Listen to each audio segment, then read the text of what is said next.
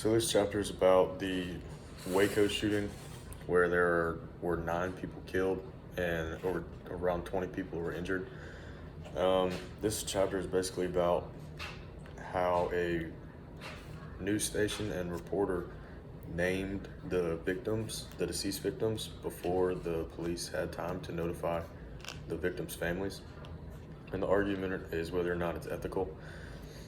And the hypothetical that I chose, or that can relate to this, would be the instance of Kobe Bryant and his death, and his daughter's death, and the other people that were on board the helicopter.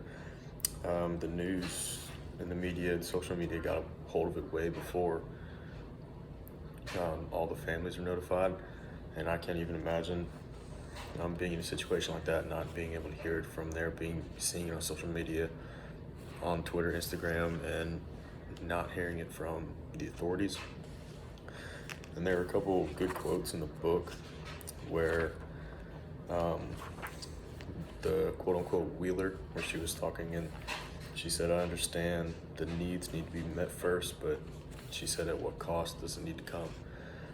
And in my personal opinion, I don't think it's morally or ethically right to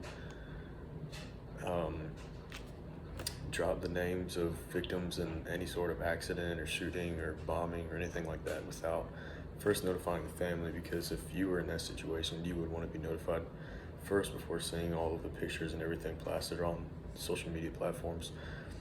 And that's just my personal opinion. She also said, and I also agree, that the news media has a job to do. They need to get it out and be there first. Everybody wants to be the first to get the names out and get the information out there to the people, but at what cost? Is it worth hurting the families that are already going to have to deal with so much just to be first? In my opinion, I feel like if I were to do that,